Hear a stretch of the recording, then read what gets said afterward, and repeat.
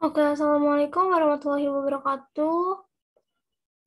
Halo semua, perkenalkan saya Helianti, saya dari jurusan Sistem Informasi UPN Veteran Jakarta. Di sini saya akan memaparkan materi penyuluhan anti korupsi.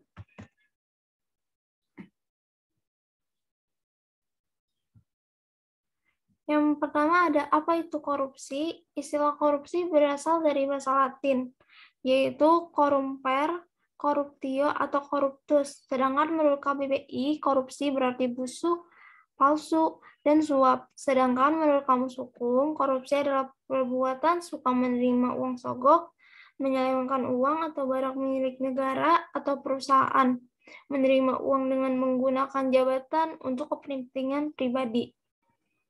Selanjutnya ada penyebab terjadinya korupsi. Di sini penyebabnya ada dua jenis, yaitu internal atau berasal dari dalam diri, contohnya sifat tamak dan sifat serakah, atau bisa juga moral yang buruk dan gaya hidup yang terlalu konsumtif.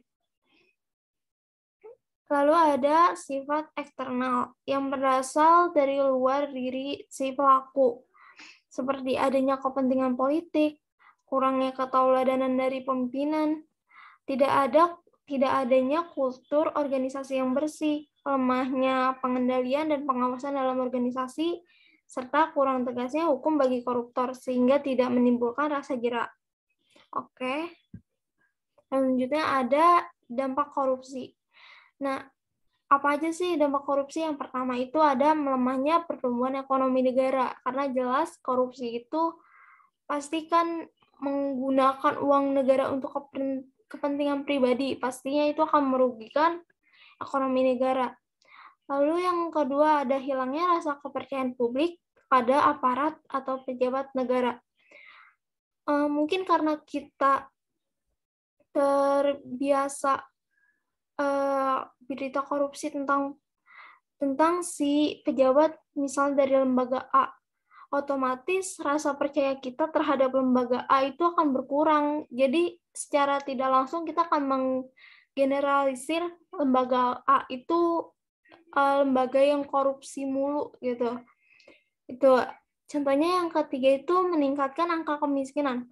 Nah, kenapa sih korupsi itu bisa meningkatkan angka kemiskinan? Contohnya seperti kalau ada korupsi, ekonomi negara kan ikut melemah, otomatis kebutuhan ikut naik, kesenjangan sosial juga ikut naik juga, terus sulitnya akses fasilitas publik juga, dan itu pasti akan mempengaruhi orang-orang dari ekonomi bawah. Yang terakhir itu solidaritas sosial semakin berkurang. Nah, kenapa sih solidaritas sosial ini bisa makin berkurang? Contohnya karena bisa juga karena hilangnya rasa percaya tadi. Jadinya kita untuk apa kita percaya gitu. Jadi rasa solidaritas kita, rasa tenggang rasa kita itu ikutan berkurang juga. Oke, yang selanjutnya ada negara-negara yang terbersih dari korupsi. Negara urutan ini itu dihitung berdasarkan indeks persepsi korupsi. Jadi semakin tinggi indeksnya, maka semakin tinggi juga tingkat kebersihan suatu negara tersebut dari korupsi. Yang peringkat pertama ada Denmark dan New Zealand. Itu indeksnya itu mereka 88. Dan yang kedua ada Finlandia, Swedia, Singapura, dan Swiss. Mereka indeksnya 85. Indeks ini tuh diukur pada tahun lalu, 2021.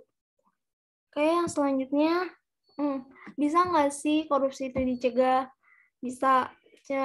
Apa aja sih pencegahannya? Oke, yang pertama ada melakukan edukasi sedini mungkin tentang korupsi. Contohnya, mencegah anak-anak membuat curang, itu mencegah tindak kultur contek-mencontek di sekolah. Nah, itu adalah upaya juga untuk mencegah tindakan korupsi. Nah, yang kedua ada melakukan tindakan preventif. apa sih tindakan preventif? Contohnya seperti yang sekarang ini saya sedang menjalankan penyuluhan. Nah, itu contohnya tindakan preventif. Terus bisa juga memperketat atau memperkuat hukum yang melandasi perilaku atau kejahatan korupsi. Nah, semakin kuat hukumnya, maka si pejabatnya akan semakin takut untuk melakukan korupsi. Nah, itu juga bisa mencegah. Yang ketiga ada memperketat pengawasan dan pengendalian korupsi. Nah, seperti yang saya jelaskan tadi, itu contohnya seperti penguatan hukum oleh pemerintah tentang kasus korupsi. Nah, selanjutnya ada mempermudah sistem perizinan. Harus kita akui kalau membuat surat perizinan tuh di negara kita pasti banyak calo atau banyak yang menyogok gitu karena sistemnya itu sulit, lama itu kan, sedangkan terkadang kebutuhan orang itu kan buru-buru. Nah, itu tuh yang mendorong perilaku suap menyuap atau korupsi. Nah, contohnya yang ketiga itu pengembalian uang negara. Jadi ya si pelaku korupsi ini harus mengembalikan uang negara yang dengan setimpal sih harus menurut saya. Karena berdasarkan hukum yang sekarang ini, vonis-vonis koruptor yang dijatuhkan sekarang ini, menurut saya uang denda atau ganti rugi mereka itu tidak sebanding dengan yang mereka ambil saat mereka melakukan tindakan korupsi. Nah, tujuan akhir pencegahan itu apa sih? Kayak yang pertama ada menunjang terwujudnya good governance. Terus yang kedua ada menurunnya tindakan perbuatan korupsi. Yang ketiga ada meningkatkan penyelesaian tindak lanjut kasus-kasus berindikasi korupsi. Yang keempat, meningkatkan partisipasi masyarakat dalam menginformasikan tindakan korupsi. Yang kelima, menciptakan sistem yang memiliki daya tangkal terhadap praktik korupsi. Dan yang terakhir, meningkatkan keefektifan pengendalian manajemen. Nah, sekian dari pemaparan dari saya, kurang lebihnya mohon maaf. Wassalamualaikum warahmatullahi wabarakatuh.